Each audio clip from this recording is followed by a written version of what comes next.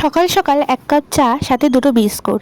আর এখন বাজে ঘড়ির কাঁটায় প্রায় কটা বলো তো, 11:30। তো এখন উঠিনি, অনেকক্ষণ আগেই উঠেছি, পরেই উঠলাম। হ্যালো ফ্রেন্ডস, আই এম কগরা কগরা লাইফস্টাইলে তোমাদের সবাইকে স্বাগত। আশা করি তোমরা সবাই ভালো আছো, আমি খুব ভালো আছি। অনেক দিন পর সকালবেলায় আমি ইন্ট্রো দিচ্ছি, খুব একটা নেওয়া হয় না, ভয়েস ওভার দিয়ে চালিয়ে দিয়েছি এর আগে কয়েকটা ভিডিওতে। তো আজ হলো বুধবার, এখন বাজে ঘড়ির কাঁটা 9:15, কিন্তু উঠেছি কিন্তু আমি সেই 7টায়। তো পড়তে এসেছিলো সবাই 7:30 পরেই ঠরিয়ে এই 9:15টার সময় উঠলাম, পড়িয়ে তারপর একটু চা বিস্কুটও খেলাম, খেয়ে এখন বসে আছি। বাইরে প্রচণ্ড ঠান্ডা, যতটা না ঠান্ডা পড়েছে হাওয়ার জন্য আরও বেশি ঠান্ডা লাগছে, কাপড়ই দিচ্ছে। আমি সোয়েটার টোয়েটার পরে বসে আছি এখন।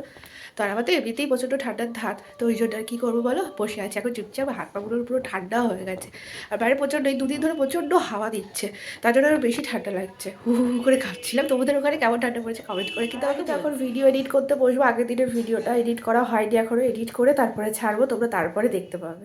তো এখন বাজে প্রায় 10টা, আমি বেরিয়ে পড়েছি টোটোয় করে। কোথায় যাচ্ছি একটু পরেই তোমরা দেখতে পাবে। প্রচণ্ড ঠান্ডা হাওয়া দিচ্ছে, তো ঠান্ডার মধ্যে কান টান ঢাকা দিয়ে যাচ্ছি। রোদ্দুর উঠেছে, অনেকটা বেলা করেই উঠেছে। আর এখন কদিন ধরে তো প্রচণ্ড ঠান্ডাই পড়েছে, কারণ সামনেই গঙ্গাসাগরের বেলা, তো তাই জন্যই। আর এই রাস্তাটা তো তোমরা দেখে চিনতেই পারছো, কারণ এটা আমার কলেজে যাওয়ার রাস্তা। রেগুলারই এই রাস্তা দিয়ে যাই, রেগুলার তোমরা ভিডিও দেখতে পারো, কারণ এই জায়গাটা গেট পড়ে থাকে আর প্রচণ্ড জ্যাম হয়। আর যেহেতু এখন প্রায় বাজে 10টার কাছাকাছি, তো স্কুল টাইম, আর যখন স্কুলটা বন্ধ ছিল তখন এতটা ভিড় হতো না। এখন যেহেতু স্কুলটা খুলে গেছে, তো ভিড়টা একটু বেশিই হয়। আর এই রাস্তাটা যেহেতু দুদিকে চলে যায়, তাই জন্যই আর কি এতটা ভিড়।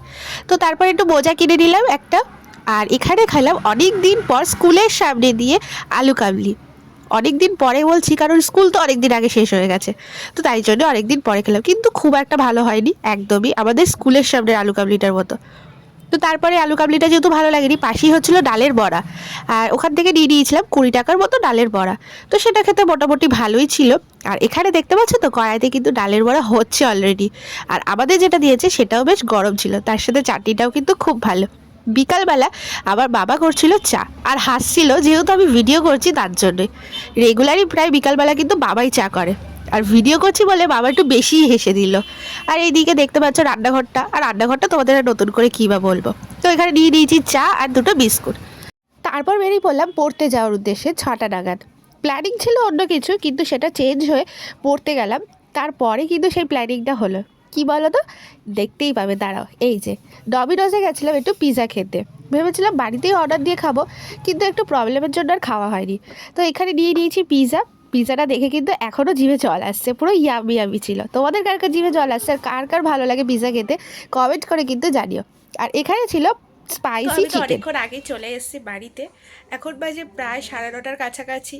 তো যা খেয়েছি, পেট তো পুরো একদম ভরপেট হয়ে রয়েছে। এখন আর কিছু খাবো না, আর রাত্রিবেলাও কিছু আর খাবো না, কারণ পেটে একটুও জায়গা নেই। তো আজকের ভিডিওটা এখানেই শেষ করছি। ভিডিওটা ভালো লাগলে লাইক কমেন্ট শেয়ার আর সাবস্ক্রাইব করতে ভুলো না।